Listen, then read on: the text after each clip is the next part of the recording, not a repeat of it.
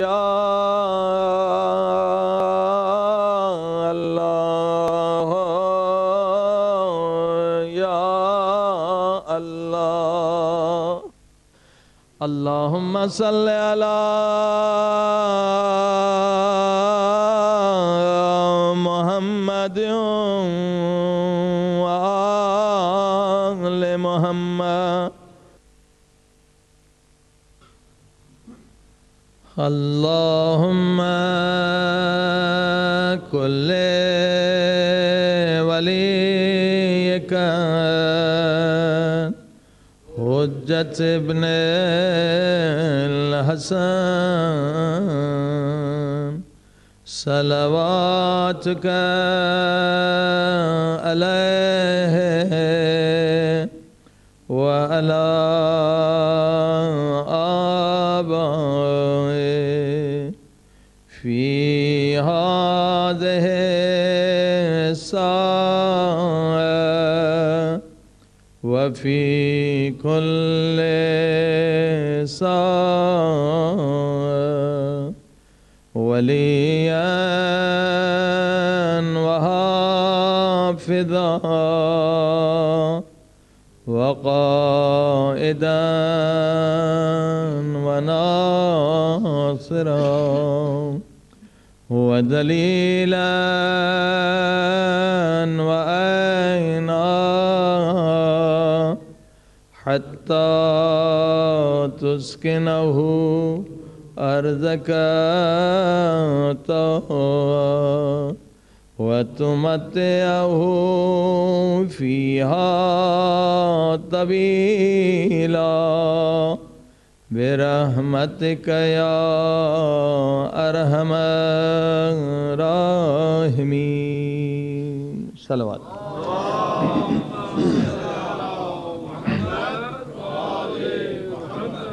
أما بعد فقد قال الله تبارك وتعالى في كتابه المجيد بسم الله الرحمن الرحيم من قتل نفسا بغير نفس أو فساد في الأرض فكأنما قتل الناس جميعا ومن أحياها فكأنما أحيا الناس جميعا صلوات محمد اللهم صل على محمد وآل محمد معزز سامعین سورہ مائدہ کی اس آیت پر گفتگو ہو رہی ہے جس میں خداوند عالم نے ہمیں انسانیت کا درس دیا ہے، محبت کا درس دیا ہے کہ لوگوں اسے معمولی گناہ نہ سمجھنا۔ اگر کسی نے کسی آدمی کو بے گناہ قتل کر دیا تو یہ اتنا بڑا گناہ ہے کہ وہ ایک انسان کا قاتل نہیں بلکہ وہ پورے انسانوں کا قاتل ہے۔ قاتل بہت بڑا گناہ۔ قاتل اگر توبہ کیے بغیر مر جائے، اگر ورثہ کو راضی نہ کرے، اگر جو بھی شریعت نے قوانین بنائے ہیں اس پہ عمل نہ کرے تو یقیناً وہ جہنمی ہے۔ لوگوں قتل سے بچو۔ اور پھر فرمایا وَمَنْ أَحْيَاهَا فَكَأَنَّمَا أَحْيَا النَّاسَ جَمِيعًا۔ لیکن لوگوں اگر تم نے ایک انسان کی زندگی بچائی تو خدا کے ہاں اتنا بڑا اجر ہے کہ تم نے ایک کو نہیں بچایا بلکہ سارے انسانوں کو بچایا۔ صلوات پڑھی محمد و آل محمد۔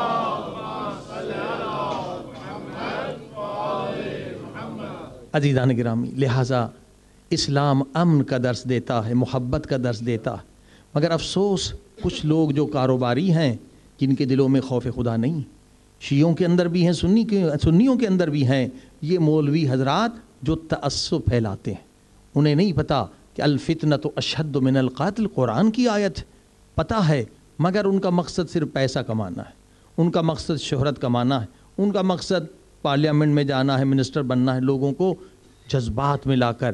یہ کتنا بڑا گناہ ہے۔ عزیزان گرامی یاد رکھیے، اگر آپ قرآن مجید کا مطالعہ کریں تو وہ رسول جو مجسم اخلاق، وہ رسول جو رحمت للعالمین ہیں، وہ رسول جو ہر اعتبار سے مکمل انسان کامل ہیں، اسے بھی خدا فرما رہا ہے اے میرے محبوب، اگر کسی کو تبلیغ کرنا ہے، کسی سے مناظرہ کرنا ہے، کسی کو سمجھانا ہے تو سب سے احسن طریقے سے ان سے بات کرو۔ اب یہ تعصبی مولوی بھائی اگر آپ نے کسی کو سمجھانا بھی ہے تو کوئی کیسے سمجھے گا اگر آپ کسی کو گالی دیں گے؟ کوئی آپ کی بات کیسے سنے گا اگر آپ کسی کا مذاق اڑائیں گے؟ آپ ان تقاریر میں چلے جائیں جو شیعہ یا سنی تعصبی مولوی ہیں، وہ کیا کرتے ہیں؟ دوسرے فرقے کا مذاق اڑاتے ہیں، ان کے رہبروں کا مذاق اڑاتے ہیں، جبکہ قرآن کی کھلی آیت ہے کہ کسی کے جھوٹے خدا کو بھی برا بھلا مت کہو، کہیں کوئی تمہارے سچے خدا کو برا بھلا نہ کہے۔ تو اب آپ دیکھ رہے ہیں کہ یہ تعصب پھیلا رہے ہیں اسلام دین، حتیٰ کہ اپنے مذہب کو بھی نہیں پھیلا رہے ہیں۔ اگر آپ کسی سے محبت کریں گے تو وہ آپ کے مذہب میں آئے گا، اگر آپ کسی کی بے عزتی کریں گے وہ آپ کے مذہب کو قبول نہیں کرے گا۔ صلوات پڑھی محمد و آل محمد۔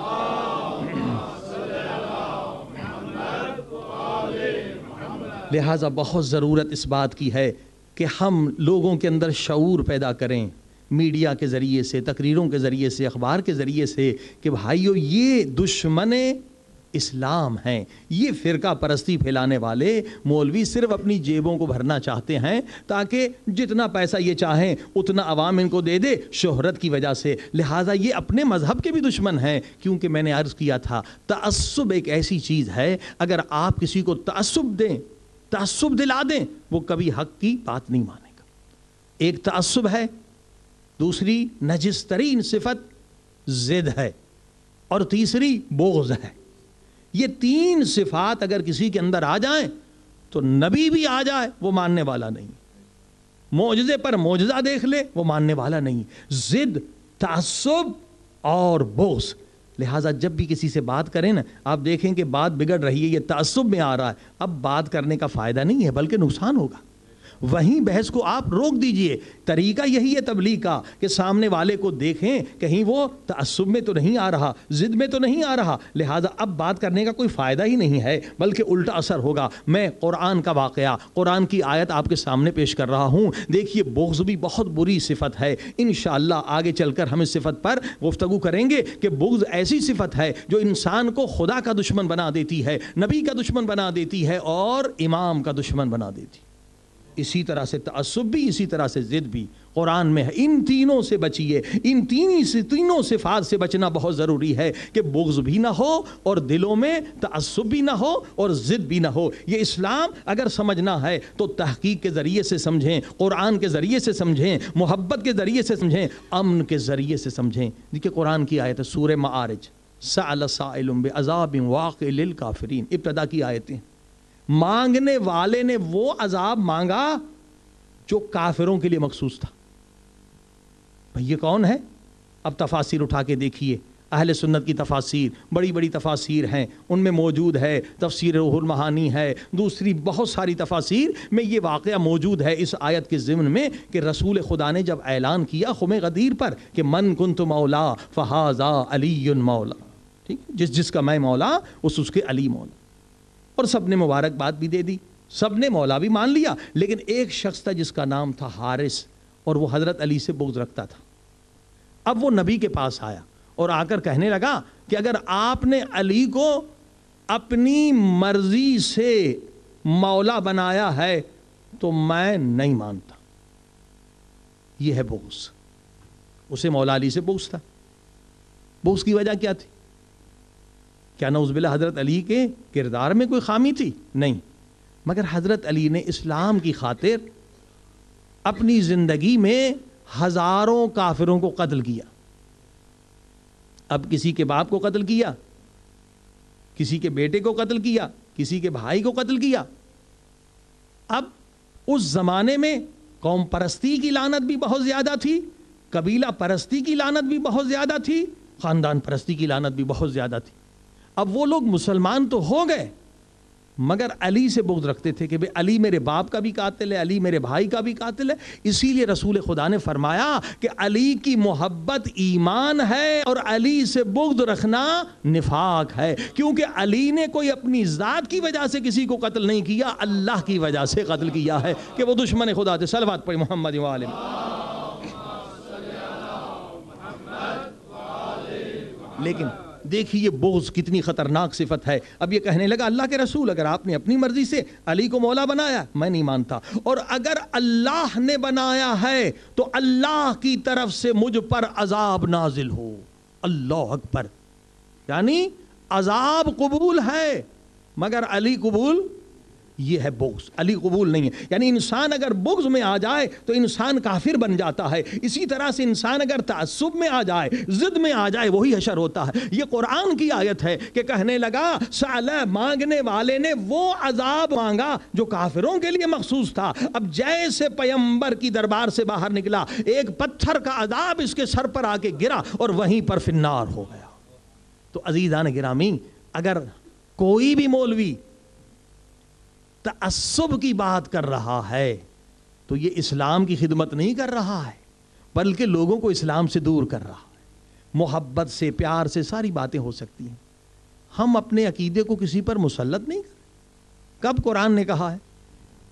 قرآن میں آپ آزاد ہیں، لا اکراہ فی الدین، دین میں کوئی زبردستی نہیں. جیسے ہم نے کل پرسوں بات کی کہ بھئی دیکھیے شیعہ سنی اکثر لوگ جو ہیں وسیلے کے قائل ہیں کہ ہم اپنی دعائیں وسیلے کے ذریعے سے مانگتے. اور سورہ بقرہ کی آیت بھی ہے 37ویں آیت کہ حضرت آدم علیہ السلام کو اللہ نے کلمات سکھائے کہ ان کلمات کے ذریعے سے توبہ مانگو تو توبہ تمہاری قبول ہو جائے گی. اہل سنت کی کتابوں، اہل تشیع کی کتاب میں کہ وہ کلمات کیا ہیں؟ وہ پنجتن پاک کے نام ہیں کہ اے خدا میری توبہ قبول کر دے سرکار محمد مصطفیٰ کے صدقے میں، علی مرتضیٰ کے صدقے میں، حضرت فاطمہ زہرا کے صدقے میں، امام حسن حسین کے صدقے میں. اب یہ ہمارا عقیدہ شیعہ سنیوں کا عقیدہ ہے، لیکن اگر کوئی ایک فرقہ نہیں مانتا تو ہمیں حق نہیں پہنچتا کہ ہم اسے برا بھلا کہیں.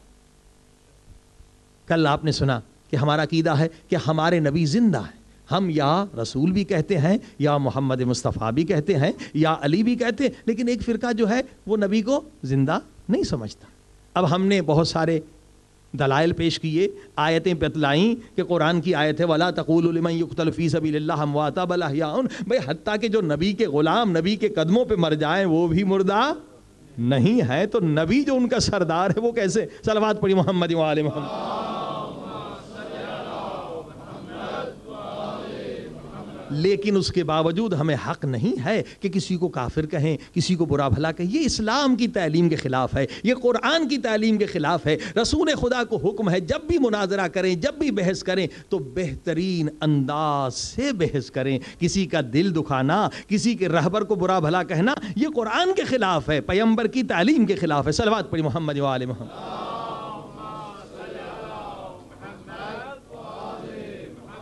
اب دیکھیے، ہم شیعوں کا بھی اور اہل سنت کا بھی اکثریت کا یہ عقیدہ ہے کہ ہم نبی کی قبر پہ جانا عبادت سمجھتے ہیں، اور اسی طرح جتنے اولیاء خدا ہیں ان کی قبور کی زیارت کرنا ہم بہت بڑا ثواب سمجھتے ہیں. یعنی حضرت علی علیہ السلام کی قبر کی زیارت کرنا، امام حسین کی زیارت کرنا، جتنے بھی امام ہیں، جتنے بھی اولیاء خدا ہیں ان کی قبروں پر جانا ہم عبادت سمجھتے ہیں. مگر ایک فرقہ ایسا بھی ہے جو اسے عبادت نہیں سمجھتا، غلط سمجھتا. اب یہ ان کا عقیدہ، مثلا وہ شرک سمجھتے ہیں، کہتے نہیں قبروں میں کیا رکھا ہوا، کیونکہ جیسے آپ نے سنا کہ وہ کہتے نبی زندہ ہے ہی نہیں تو آپ قبروں میں کیوں جاتے، کوئی فائدہ نہیں. لیکن عزیزان گرامی، کیونکہ ہمارا عقیدہ ہے کہ نبی زندہ ہے، اولیاء خدا زندہ ہیں، شہید زندہ ہیں، لہٰذا ان کی قبروں پہ جانا عبادت ہے، ثواب ہے. اب ہم اپنی دلیلیں پیش کریں مگر ہمیں حق نہیں پہنچتا کہ ہم انہیں کافر کہیں، اور انہیں بھی یہی کرنا چاہیے کہ دوسرے عقیدے والے کو کافر بھی نہ کہیں، مشرک بھی نہ کہیں. تو کیا ہوگا؟ فرقہ پرستی کی لعنت ختم ہو جائے گی. صلوات پڑھی محمد و آل.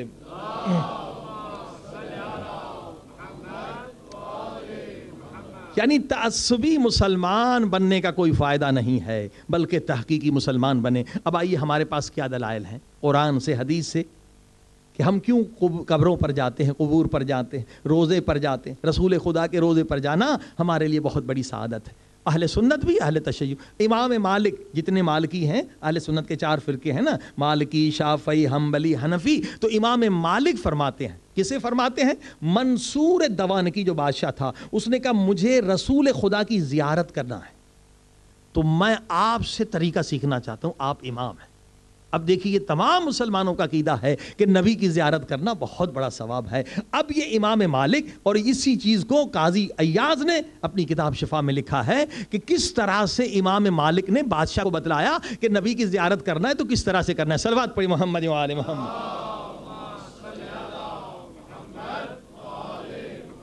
امام مالک نے بادشاہ منصور سے لکھا، بتایا کہ اس آیت کو پڑھا، سورہ نساء کی آیت کا نمبر 64 وَلَوْ أَنَّهُمْ إِذْ ظَلَمُوا أَنفُسَهُمْ جَاءُوكَ فاستغفر اللہ واستغفر لهم الرسول لوجدوا اللہ توابا رحیما. یہاں امام مالک نے بہت اچھی آیت کوٹ کی ہے تاکہ مقصد زیارت بیان ہو جائے.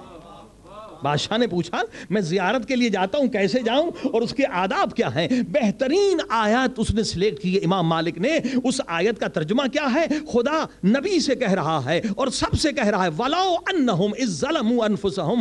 اے مسلمانوں سنو، اگر تم نے گناہ کیے ہیں، اپنے نفس پر ظلم کیے ہیں اور اب تم توبہ کرنا چاہتے ہو، گناہوں سے معافی مانگنا چاہتے ہو، تو سنو اے مسلمانوں، جاؤ نبی کے در پہ جا کے توبہ کرو.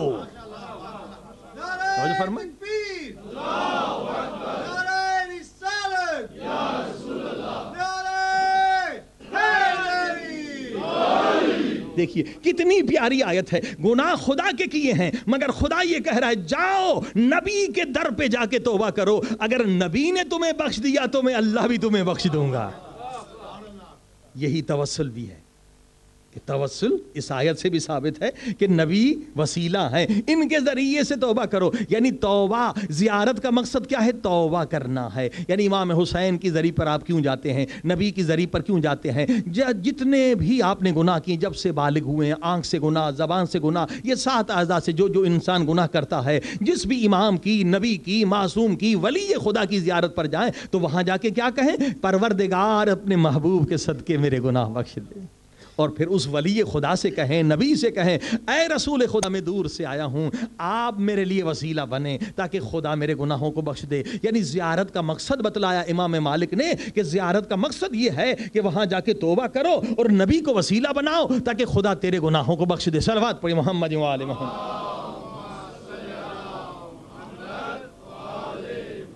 اور دوسری آیت جو امام مالک نے کوٹ کی ہے، بادشاہ کو بتایا کیسے زیارت کرو، بہت اہم آیت ہے. سورہ حجرات، سورہ کا نمبر 49 اور آیت کا نمبر 1 اور 2، پہلی سے دوسری. یا ایھا الذین آمنوا لا تقدموا بین یدی اللہ ورسولہ. اے لوگو خبردار، نبی سے ایک قدم بھی آگے نہ بڑھنا، نبی سے آگے نہ بڑھنا. دیکھیے یہ ہمارا بھی عقیدہ ہے. بہت سارے علماء کا فتویٰ ہے کہ نبی ہمارے زندہ ہیں. جیسے نبی کی زندگی میں اگر نبی نماز پڑھ رہے ہیں یا پڑھا رہے ہیں اور اگر کوئی آگے بڑھ جائے نبی کی اجازت کے بغیر تو اس کی نماز صحیح نہیں ہوگی. تو اسی طرح سے بہت سارے مسلمانوں کا عقیدہ ہے کہ نبی آج بھی زندہ ہیں، حتیٰ کہ نبی کی قبر کو پیٹ دے کر بھی کوئی نماز پڑھے تو وہاں بھی اکثر علماء فرماتے ہیں کہ ممکن اس کی نماز اس آیت کی وجہ سے باطل ہو جائے، کیونکہ خدا یہ کہہ رہا ہے کہ کبھی نبی سے آگے نہ بڑھو. اور اس میں یہ نہیں بتلایا ہر حالت میں نبی سے آگے نہ بڑھنا. اور اس کے بعد امام مالک نے یہ آیت پڑھی یا ایھا الذین آمنوا لا ترفعوا اصواتکم فوق صوت النبی. اے خبردار مومنو، جب بھی نبی کے پاس جاؤ تو تمہاری آواز نبی کی آواز سے بلند نہ ہونے پائے. اگر تم نے اس طرح کیا تو کیا ہوگا؟ ان تحبط اعمالکم وانتم لا تشعرون. اگر تمہاری آواز نبی کی آواز سے بڑھ گئی تمہارے سارے اعمال برباد ہو جائیں گے. اللہ اکبر. امام مالک نے ادب سکھایا. اے بادشاہ تو بادشاہ ہے مگر جب نبی کی دربار میں جائے تو آہستہ بات کرنا، نبی کے روزے میں چیخنا نہیں، چلانا نہیں. اب بادشاہ پوچھتا ہے امام مالک سے اور جب میں دعا مانگوں تو کیا کروں؟ کعبے کی طرف منہ کروں یا رسول کے روزے کی طرف؟ بہت اہم سوال کیا. امام مالک نے کہا کہ جب دعا مانگے تو کعبے کی طرف منہ نہ کرنا، رسول کی طرف منہ کرنا، کیونکہ رسول تیرے اور خدا کے درمیان وسیلہ ہیں.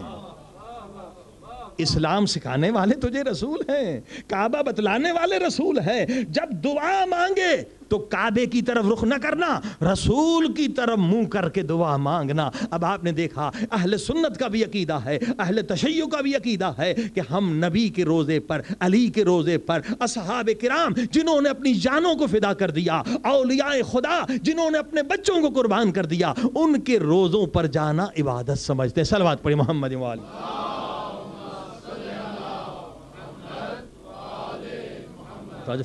لیکن ہمیں حق نہیں ہے کہ کسی دوسرے کو برا بھلا کہیں. تاریخ کی ثبوت ہم پیش کر سکتے. امام غزالی دوسرے امام اہل سنت کے احیاء العلوم بہترین اخلاق کی کتاب لکھی ہے، اخلاق میں ماہر ترین انسان مانے جاتے ہیں۔ امام غزالی بھی احیاء العلوم میں لکھتے ہیں، ایک حدیث نقل کرتے ہیں کہ رسول خدا فرماتے ہیں اگر کوئی یہاں آئے اور میری زیارت نہ کرے اس نے مجھ سے جفا کی ہے۔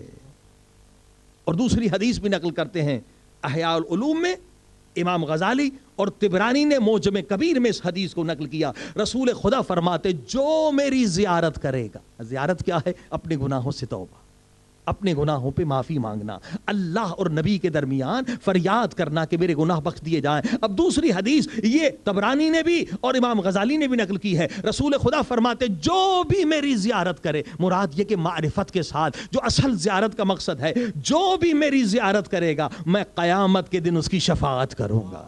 صلوات پڑھی محمد و آل محمد۔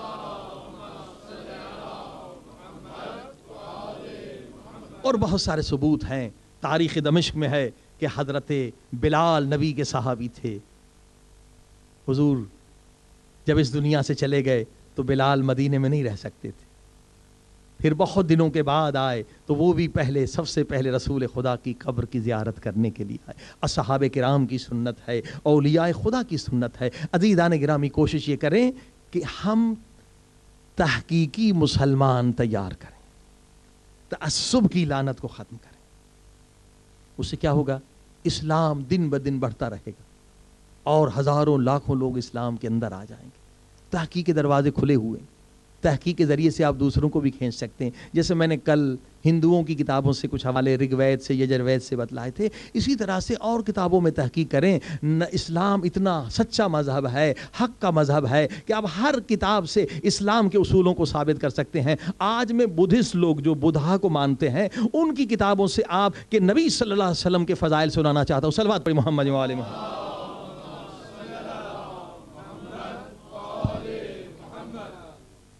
کیا ضرورت ہے تعصبی باتیں کرنے کی؟ اس قدر فضائل ہیں، اس قدر تحقیقات کے دروازے کھلے ہوئے ہیں۔ اور یہ کتاب آپ انٹرنیٹ پر پڑھ بھی سکتے ہیں، ڈاؤن لوڈ بھی کر سکتے ہیں، گوسپل آف بدھا، جس کو وہ آسمانی کتاب سمجھتے ہیں۔ گوسپل آف بدھا پارٹ 2 اور چیپٹر ہے میٹیا، METTEYA، بدھا جن کو وہ نبی کی طرح مانتے ہیں، رہبر مانتے ہیں، اپنی قوم سے خطاب کر رہا ہے، کہہ رہا I am not the first Buddha. Buddha یعنی ہادی leader. I am not the first Buddha who came upon the earth, nor shall I be the last. In due to another Buddha will arise in the world. کہہ رہے میں پہلا بدھا نہیں، میں پہلا ہادی بھی نہیں اور میں آخری ہادی بھی نہیں ہوں۔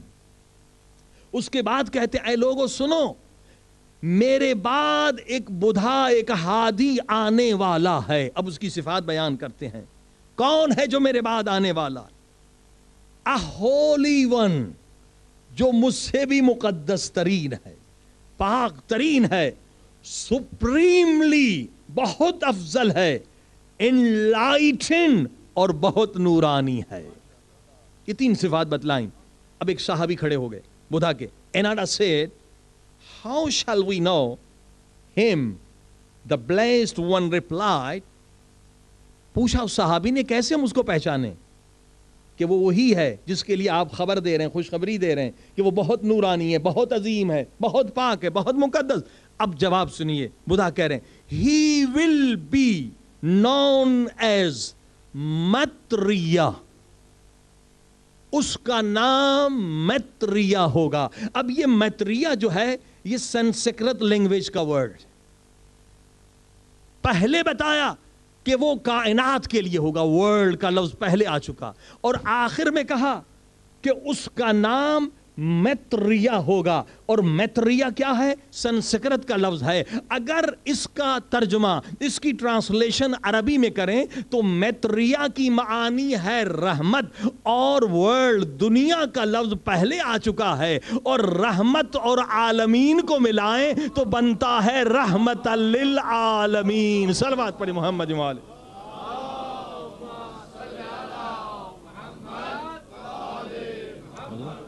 عزیزان وہ نبی رحمت للعالمین ہوگا، کیونکہ ان کتابوں میں کبھی حضور کا نام بھی آیا ہے عربی میں بھی، لیکن معلوم تھا کہ عربی والا نام نکال دیں گے، تو ترجمے کے ساتھ بھی نام آیا سنسکرت میں تاکہ نکالنے والا نہ نکال سکے۔ صلوات پڑھیں محمد و آل محمد۔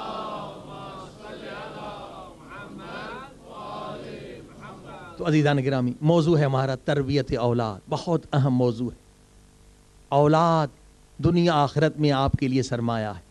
اگر آپ صحیح تربیت کر لیں آپ کے گناہوں کا کفارہ ہے۔ اگر اولاد کی تربیت صحیح ہو جائے تو مرنے کے بعد بھی آپ کا اعمال نامہ کھلا ہے۔ وہ یہاں نماز پڑھیں گے آپ کو وہاں ثواب ملے گا، وہ یہاں نیکیاں کریں گے آپ کو وہاں ثواب ملے گا، آپ کا عذاب ختم ہوتا چلا جائے گا، آپ بہشت میں یقیناً پہنچ جائیں گے اگر اولاد صالح چھوڑ کے مرے ہیں۔ عزیزان گرامی، لیکن کل آپ نے سنا رسول خدا فرماتے ہیں، لوگوں اگر تم نے اولاد کی صحیح تربیت نہ کی اور تمہاری غفلت کی وجہ سے تم دنیا داری میں غرق رہے، پیسے کے پیچھے بڑی، پیسہ فانی چیز ہے لیکن اولاد جو ہے وہ مرنے کے بعد بھی آپ کو فائدہ دے گی، مگر یہ پیسہ مرنے کے بعد اس سے صرف ایک کفن خرید سکتے ہیں۔ صلوات پڑھیں محمد و آل محمد۔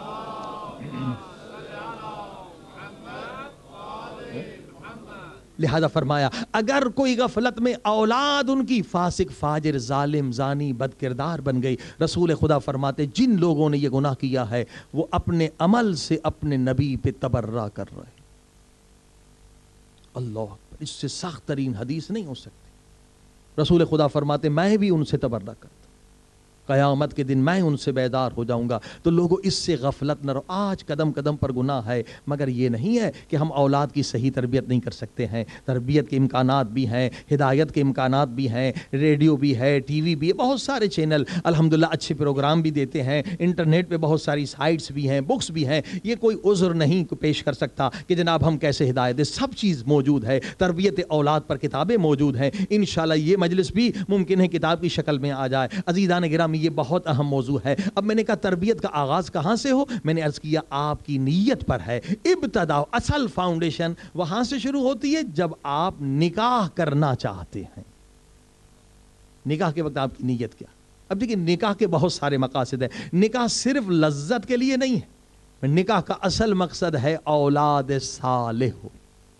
اسی لیے مولا علی نے بھی کہا عقیل سے کہ میں ایسی عورت سے شادی کرنا چاہتا ہوں کہ مجھے خدا اس کے بطن سے ایسا بیٹا عطا فرمائے جو اسلام کا خدمت گزار بنے۔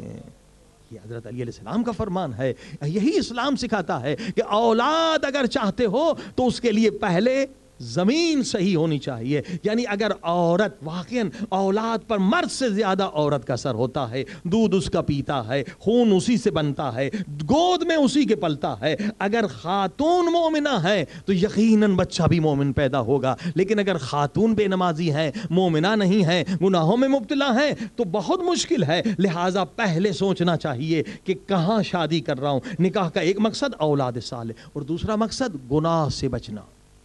یاد رکھیے نکاح سب کے لیے مستحب نہیں ہے۔ لوگ کہتے ہیں یہ مستحب ہے، نہیں۔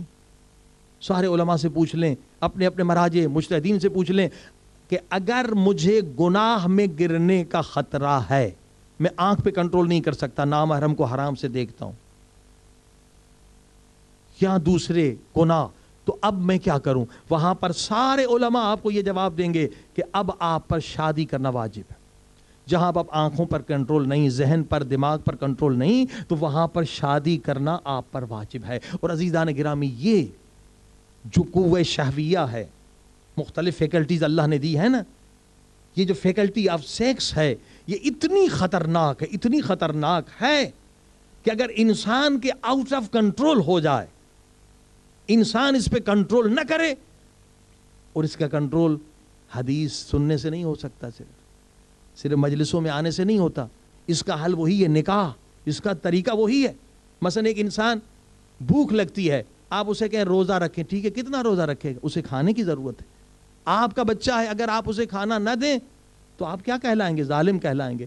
بچے کو بھوک لگی، اسے کھانا چاہیے، بچے کو پیاس لگی، اسے پانی چاہیے۔ تو جب بچہ بالغ ہوتا ہے تو ایک نئی بھوک کا احساس ہوتا ہے، اور والدین جو غافل رہتے ہیں وہ خطا کرتے ہیں اور ان کے بچے جا کے گناہ میں مبتلا ہوتے ہیں. بھئی کھانا اگر آپ کو حلال نہیں ملے گا تو جو لوگ کمزور ہیں وہ جا کے حرام کھانا کھائیں گے, چوری کریں گے, بدماشی کریں گے. بالکل وہی ہوتا ہے کہ جب بچہ یا بچی بالغ ہوتے ہیں انہیں ایک بھوک کا احساس ہوتا ہے اور ماں باپ کہتے ہیں کہ نہیں ابھی تو ہمارا بچہ چھوٹا ہے, ابھی تو دودھ پیتا ہوا بچہ ہے, جبکہ وہ بالغ ہو جاتا ہے, اسے بھوک کا احساس ہے, لہٰذا وہ بچے گناہوں میں مبتلا ہو جاتے ہیں. عزیزان گرامی, بہت سارے بچوں نے خود ہمیں بھی کہا اور کن کن مصیبتوں میں مبتلا ہو جاتے ہیں. مثلا کئی مرتبہ امریکہ میں یونیورسٹیوں میں ادھر ادھر بچے ہمیں لے گئے, اپنے پرابلمز بتائے. مولانا ہم بچوں باپ کو کہہ رہے ہیں کہ بھئی شادی کراؤ, کہنے ابھی تو تمہیں نوکری نہیں, ابھی تو کما نہیں رہے ہو. کہا یہاں امریکہ میں ہر طرف گناہ ہے, یہ ہے, یونیورسٹی میں پڑھ رہے ہیں, ہم کیسے بچ سکتے ہیں؟ مگر باپ نہیں سنتا. کتنے بچوں نے یہ بھی کہا کہ علماء کو ہی بتاتے ہیں یہ اپنے دل کا درد, کہ ہم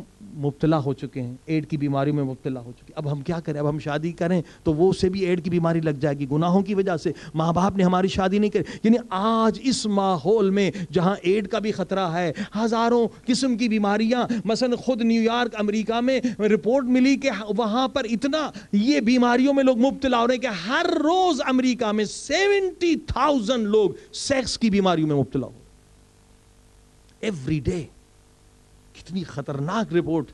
اس ماحول میں جب آپ کے بچے پل رہے ہیں تو آپ کیا سمجھتے ہیں یہ کوئی معصوم ہے, یہ کیا فرشتہ ہے؟ عزیزان گرامی, وہاں پر نکاح واجب ہو جاتا ہے, نکاح واجب ہو جاتا ہے. اور یہ بہت سارے ماں باپ کو پتہ نہیں ہے کہ یہ ماں باپ پر واجب ہے, رائٹ ہے بچوں کا. یعنی آپ کا بچہ یا بچی جب بھی بالغ ہو گئے, جس ایج پر, کبھی لڑکی جلدی بالغ ہو جاتی ہے, کبھی لڑکا جلدی بالغ, لڑکا عموماً مثلا 14-15 برس, لڑکی کبھی گرم علاقے میں 9 برس کی, 10 برس کی, 11-14 برس میں بالغ ہو جاتی ہے. الگ الگ غذا پر بھی ہے, حالات پر بھی ہے. جب بھی آپ کی بچی بالغ ہو گئی اور بچہ بھی بالغ, اب حدیث کو غور سے سنیں, بہت سارے نیک والدین بھی غفلت کرتے ہیں. اللہ کے رسول فرماتے ہیں آپ کی بچی بالغ ہو گئی, آپ کا بچہ بالغ ہو گیا, اب آپ نے اگر اس کا نکاح نہیں کرا, یہ ماں باپ پر واجب ہے. یہ نہیں کہ نوکری ہو تو پھر شادی کرائیں گے, نہیں, نوکری ہو یا نہ ہو, رزق دینے والا خدا ہے, والدین پر واجب ہے بالغ ہونے کے بعد بچے اور بچی کا نکاح کرائیں. اللہ کے رسول فرماتے ہیں اگر تم نے اپنے بیٹے یا بیٹی کا نکاح نہیں کرایا, اب بچے نے جا کے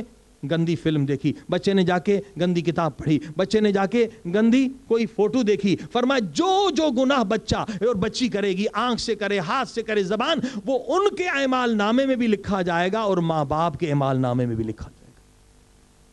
اتنا اہم مسئلہ ہے عزیزان گرامی, یہ معمولی مسئلہ نہیں ہے.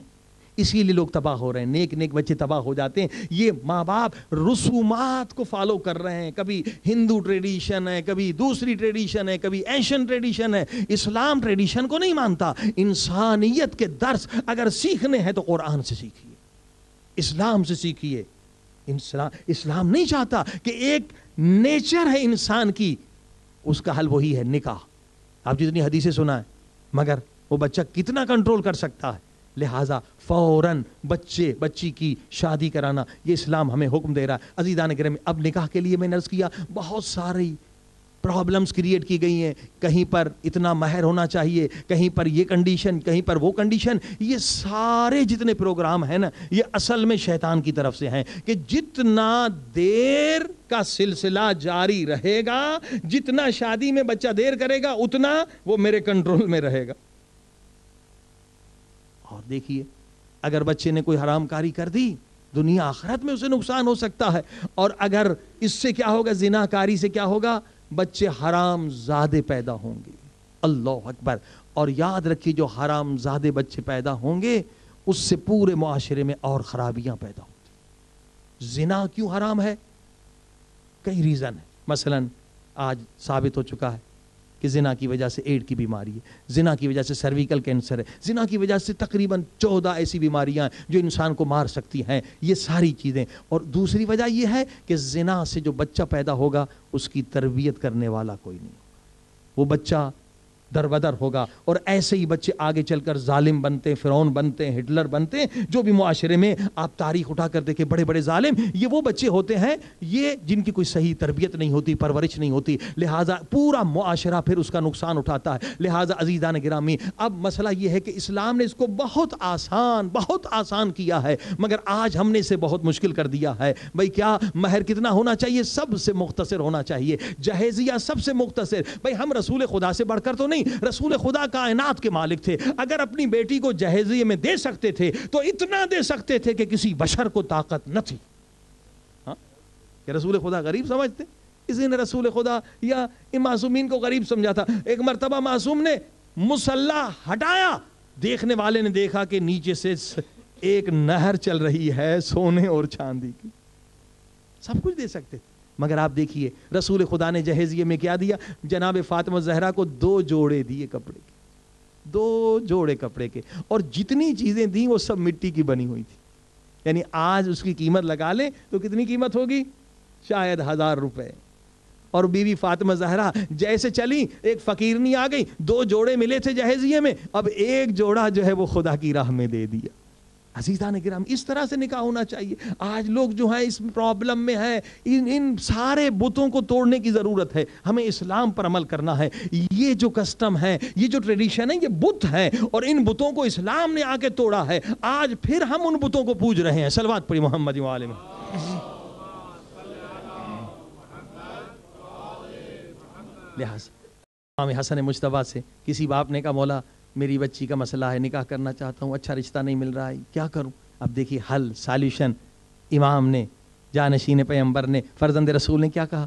کہا دیکھو یہ ساری شرطیں جو تم نے رکھی یہ سب فضول ہے، صرف ایک شرط، اور ہر ماں باپ کے لیے بہترین سالوشن ہے، ایک حل ہے جو امام دے رہے ہیں. کہا کیا؟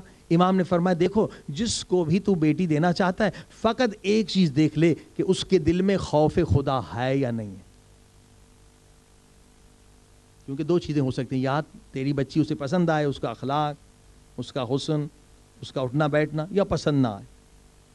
تو اگر پسند آ گیا پھر تو ٹھیک ہے، اگر پسند نہ آیا تو اگر اس کے دل میں خوف خدا ہوگا وہ تیری بیٹی پہ ظلم نہیں کرے گا. عزیزان کرام، یہ بہت اہم مسائل. آج دیکھیے طلاق کی وجہ سے کتنے گھر تباہ و برباد ہو رہے ہیں. طلاق کتنی بڑی بری چیز ہے، آج فیشن بن چکا ہے، خصوصاً یورپ امریکہ میں سے برا بھی نہیں سمجھا جاتا، حالانکہ عرش خدا ہل جاتا ہے. یہ سب اس وجہ سے کہ ہم ٹریڈیشن کو فالو کرتے ہیں، اسلام کو نہیں فالو کر رہے. اگر اسلامی شادی ہو تو اس میں طلاق نہیں ہو سکتی. عزیزان گرامی، کس طرح سے اسلامی شادی ہونی چاہیے؟ اس کے لیے تقریباً ہم نے 200 سے زیادہ سوالات بنائے، اور یہ ایک سائٹ پر آپ کو مل بھی سکتے ہیں، karbala-najaf.org. اگر آپ اس کو ای میل کریں انفو میں تو آپ کو 200 سوالات بھیج دے گا. ضروری ہے کہ ہمیں پتہ ہی نہیں ہے کہ کیا واجب ہے، کیا مستحب ہے، کیا حرام ہے، اس کی طرف توجہ ہی نہیں ہے. زیادہ توجہ جہیز کی طرف ہے، کھانے کی طرف ہے، اس کی طرف ہے، اس کی طرف، نتیجہ پھر طلاق ہی پر پہنچ جاتا. یہ 200 سوالات، یعنی جب ہم جاہل ہوتے ہیں، نکاح کے بارے میں کچھ پتہ ہی نہیں ہے، تو نتیجہ جھگڑے پر ہوتا ہے، پھر بچے تباہ ہوتے ہیں، 2 فیملیوں میں دشمنیاں ہوتی ہیں. بہت ضروری ہے کہ ہمیں ایجوکیشن ہونی چاہیے کہ اسلام مقصد نکاح کیا بتلاتا ہے. مقصد نکاح یہ ہے کہ اولاد صالح ہو، لہٰذا ابتدا میں دیکھنا ہے کتنی چیزیں حلال ہیں، کتنی چیزیں حرام ہیں، کیا مستحب ہے، اور اس لڑکی کا اور لڑکے کا ذہن آپس میں ملتا ہے یا نہیں ملتا. ممکن ہے کہ دونوں اچھے ہوں مگر دونوں کی انڈرسٹینڈنگ نہ ہو. یہ تمام چیزیں جو سوالات میں موجود ہیں بہت ضروری ہے. طلاق بہت بڑی لعنت ہے جو آج وبا کی طرح پھیل رہی ہے. صلوات پڑھیں محمد و آلہ محمد.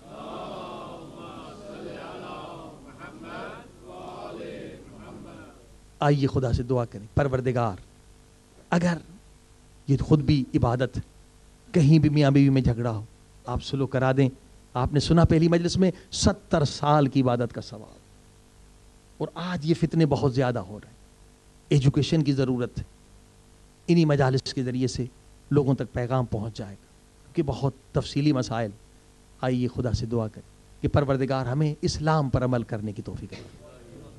ہم یہ جو ٹریڈیشنز کے بتوں کو پوج رہے ہیں، پروردگار ان بتوں کو توڑنے کی ہمیں طاقت اور ہمت عطا فرما.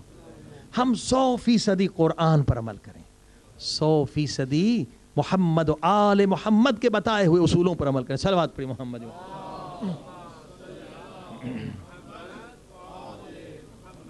اور جیسے بتایا گیا کہ آج انشاءاللہ اس مجلس کے بعد 10:30 بجے چرچ میں بھی پروگرام ہوگا. اس کی ایڈریس بھی یہیں سے آپ لے سکتے ہیں کہ یہیں واٹ فورڈ پہ، یہیں واٹ فورڈ امام برگاہ سے 5 منٹ کا راستہ ہے. اس میں ضرور شریک ہو جائیں تاکہ یہ مس انڈرسٹینڈنگ جو ہے مسلمانوں اور عیسائیوں میں ختم ہو جائے. کیونکہ حضرت عیسیٰ علیہ السلام کا صرف عیسائی انتظار نہیں کر رہے ہیں، ہم بھی انتظار کر رہے ہیں. کیونکہ حضرت ہم عیسیٰ کا بھی انتظار کر رہے ہیں اور امام مہدی علیہ السلام کا بھی انتظار کر رہے ہیں.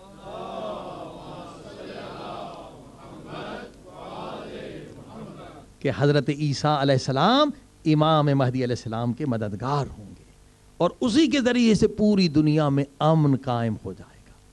تو مقصد ہمارا ایک ہے, ہم بھی چاہتے دنیا میں امن قائم.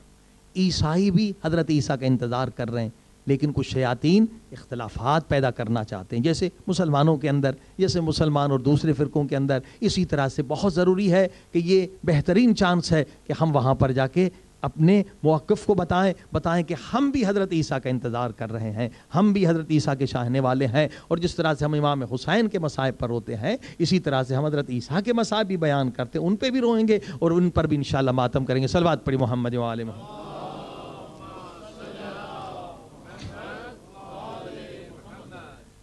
اللہم صلی علی محمد و آل محمد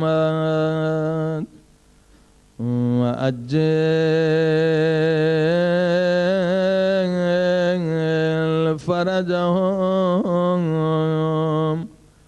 اللہم صلی علی محمد و آل محمد وعجل فرجهم. یا اللہ یا اللہ یا اللہ, سب مل کے یا اللہ یا اللہ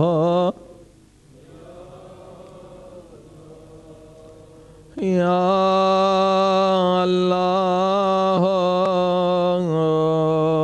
یا اللہ.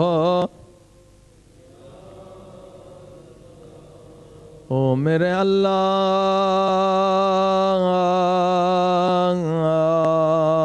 تجھے واسطہ اس مظلوم شہید کا آج ایسا واسطہ دیں کہ سب کے گناہ معاف ہو جائیں, خدا ہم سے راضی ہو جائے. اے خدا تجھے واسطہ اس مظلوم شہید کا, او جس کے دائیں طرف کی پسلیاں بائیں طرف جلی گئی اور بائیں طرف کی پسلیاں دائیں طرف جلی گئی. او میرے اللہ تجھے قاسم کی پامال لاش کا واسطہ آج ہمارے گناہ بخش دے. اے عزیز و خدا بڑا بخشنے والا, معصوم فرماتے ہیں جب کوئی سچے دل سے ایک مرتبہ فریاد کرتا ہے یا غفار, او میرے بخشنے والے میرے اللہ. اللہ اکبر. امام فرماتے ہیں اگر وہ بہت بڑا گناہگار, دنیا کا بہت بڑا گناہگار, سارے گناہ اس نے کیے مگر سچے دل سے آئے توبہ کرنے کے لیے, رو کے کہتا یا غفار. پہلی مرتبہ خدا فرشتوں سے کہتا ہے فرشتو اسے جواب نہ دو, اس نے سارے گناہ کیے, اس نے سارے ظلم کیے. مگر امام فرماتے ہیں کبھی اللہ کی رحمت سے مایوس نہ ہونا. لا تقنطوا من رحمت اللہ, خود خدا نے وعدہ کیا اتنے بھی تیرے گناہ ہو میری رحمت سے زیادہ نہیں ہو سکتے. دوبارہ گناہگار کہتا ہے یا غفار،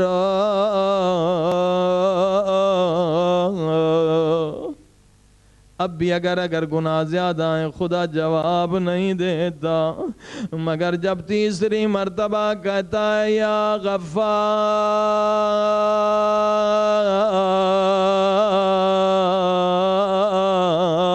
خدا فرشتوں سے کہتا ہے اگر میں اسے جواب نہ دوں گا پھر اسے کون جواب دے گا؟ میرے سوا اس کا کوئی اور مالک تو نہیں ہے، اسے جواب دو، میں نے اسے بخش دیا۔ سب مل کے کہیں یا غفار، یا غفار، یا غفار، یا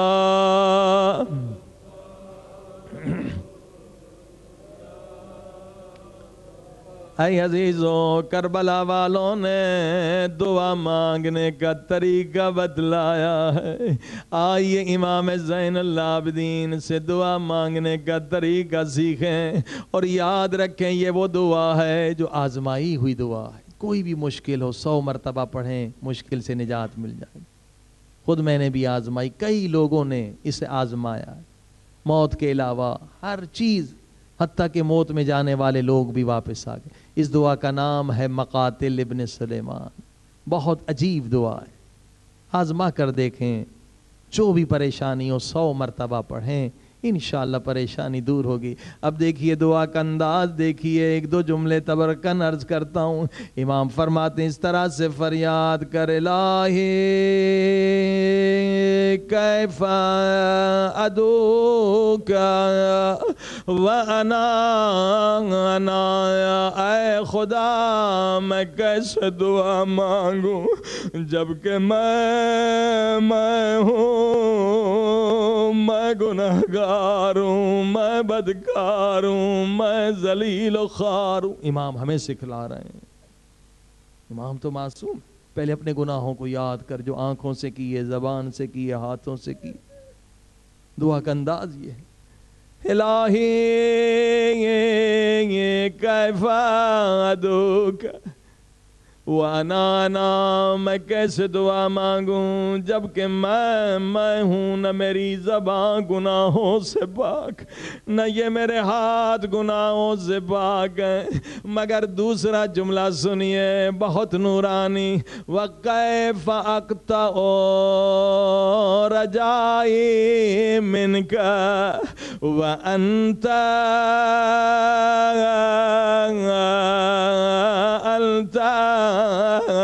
اے خدا اگر میں ہوں تو تو ہے، اگر میں گناہگار ہوں تو تو غفار ہے۔ اللہ اکبر۔ دوسرا جملہ سنیے، الہی اذا لم اسألک فتعطینی من ذا الذی اسألہ فیعطینی۔ او میرے اللہ جب میں نے تجھ سے نہیں مانگا تھا تب بھی تو نے عطا کیا تھا۔ اللہ اکبر۔ جب میں نے تجھ سے نہیں مانگا تھا تب بھی تو نے عطا کیا تھا، آج جب مانگوں گا تو یقیناً تو عطا کرے گا۔ الہی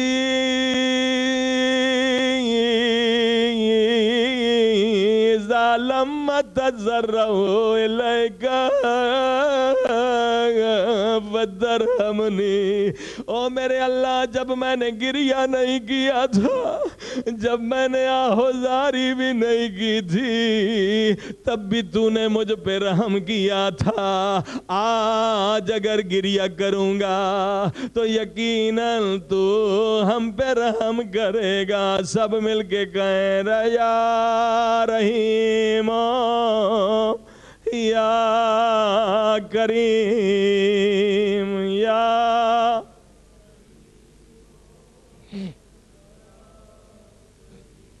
بلند آواز یا رحیم یا رحیم بخش دے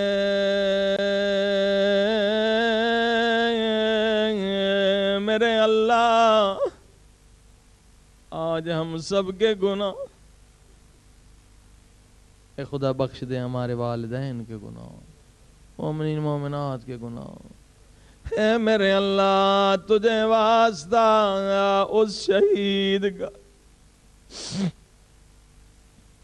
شہید کا واسطہ دیں دعا قبول ہے شہید اپنی جان کو فدا کرتا ہے خدا کی شہید محبوب خدا بن جاتا او میرے اللہ اس شہید مظلوم کا تجھے واسطہ جس کی لاش کے پاؤں میں رسی باندھ گئے میں نے نام نہیں لیا سمجھ گئے کون شہید او میرے اللہ اس شہید کا تجھے واسطہ جس کی لاش کے پاؤں میں رسی باندھ کے اور اس کی لاش کوفے کی گلیوں میں گھسیٹ رہے تھے اے خدا تجھے مسلم ابن عقیل کی غربت کا واسطہ حضرت مسلم ابن عقیل حسین کے سفیر مسلم بھی غریب ہیں اور حسین بھی غریب عربی میں غریب پردیسی کو کہتے ہیں غریب الوطن حسین بھی غریب الوطن ہے کربلا میں حضرت مسلم بھی غریب الوطن لیکن اجازت دے میں ایک یا دو جملے سرکار امام حسین کی خدمت میں عرض کروں میرے آقا حسین میری جان آپ بے فدا میرے ماں باپ آپ بے فدا اے میرے آقا حسین آپ بھی غریب ہیں مسلم بھی غریب ہے مگر ایک فرق موجود ہے آپ کی لاش پہ بہنیں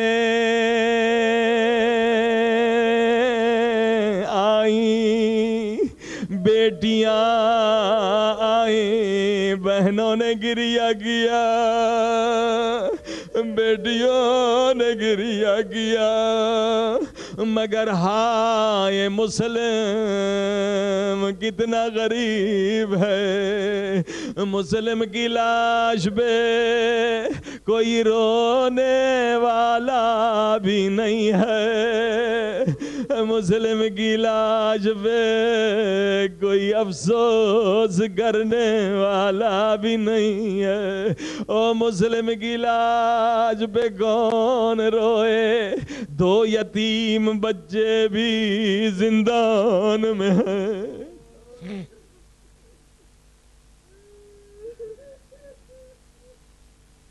اسی لیے حدیث کے جملے معصوم نے فرمایا جو مسلم کی غربت پہ رو کے دعا مانگے گا خدا اس کی دعا رد نہیں کرے گا اے خدا آج تجھے مسلم کی غربت کا واسطہ آج ہمیں گناہوں سے پاک کر دے آج ہمیں اپنی وہ محبت دے جو تو نے کربلا والوں کو دی تھی اے خدا وہ محبت دے جو تو نے حسین کے دل میں ڈالی تھی وہ محبت دے ہمیں جو تو نے کربلا میں علی اکبر کے دل میں ڈالی تھی تاکہ ہم بھی تیری راہ میں قربان ہونے کے لیے تیار ہو اے خدا میں وہ محبت ہے جو تو نے زینب کے دل میں ڈالی تھی.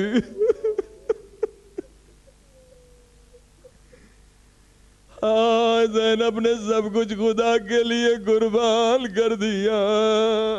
2 ہی بچے تھے نا، وہ بھی قربان کر دیے.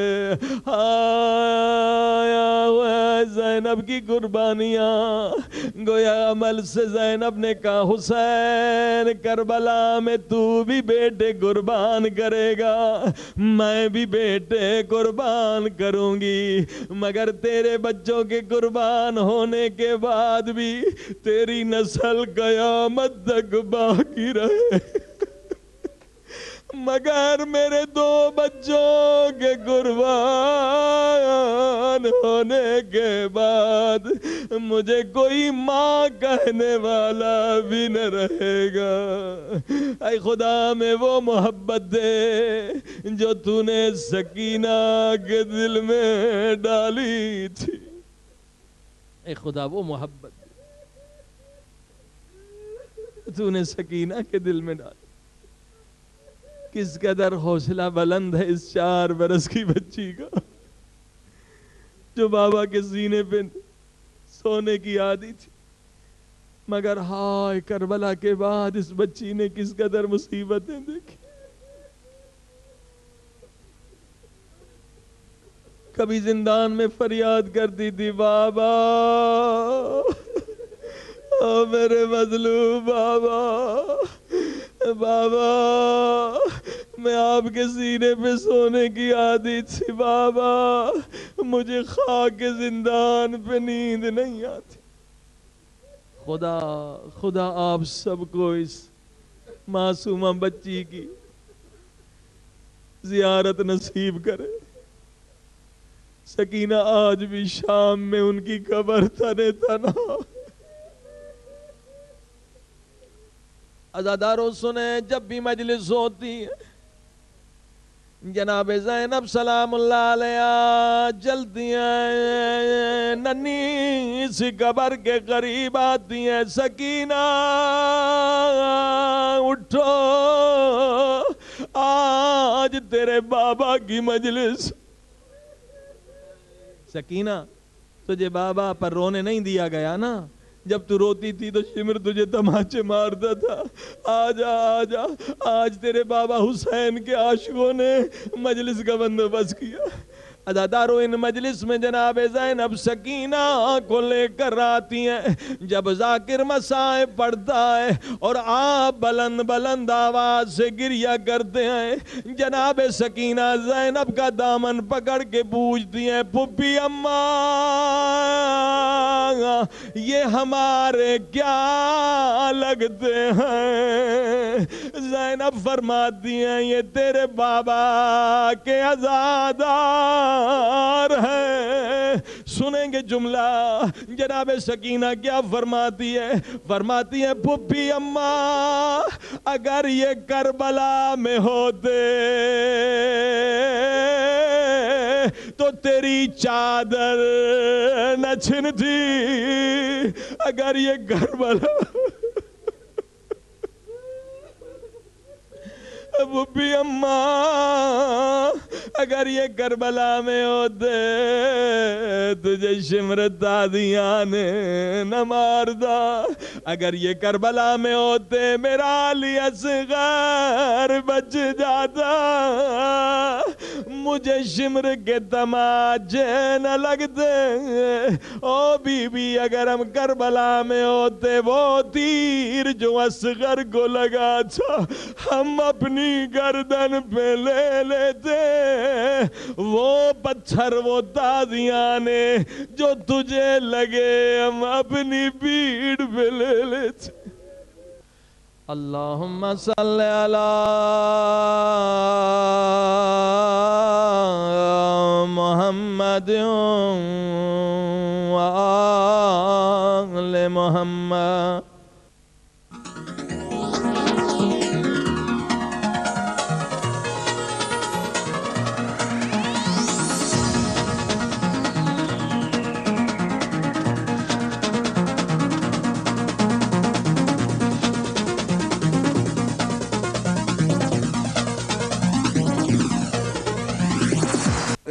یہ 2 آیتیں تو پہنچ گئی نا.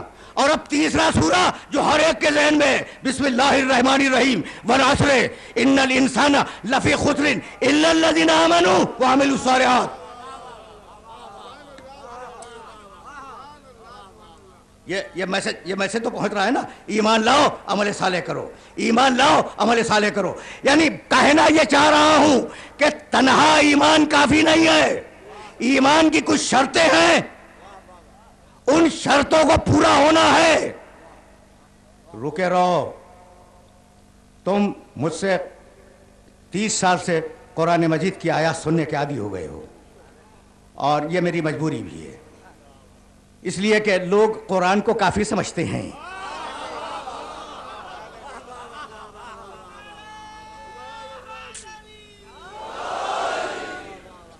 تنہا ایمان کافی نہیں ہے جب تک کچھ شرائط ساتھ میں نہ ہو, کچھ شرائط ساتھ میں نہ ہو. سورہ عنکبوت سنتے جاؤ, اب ذرا تقریر سطح عمومی سے بلند ہوگی, سنتے جاؤ. سورہ عنکبوت 29واں سورہ قرآن مجید کا, اور اس سورہ کا آغاز بسم اللہ الرحمن الرحیم, الف لام میم, احسب الناس ان یترکوا ان یقولوا آمنا وهم لا یفتنون.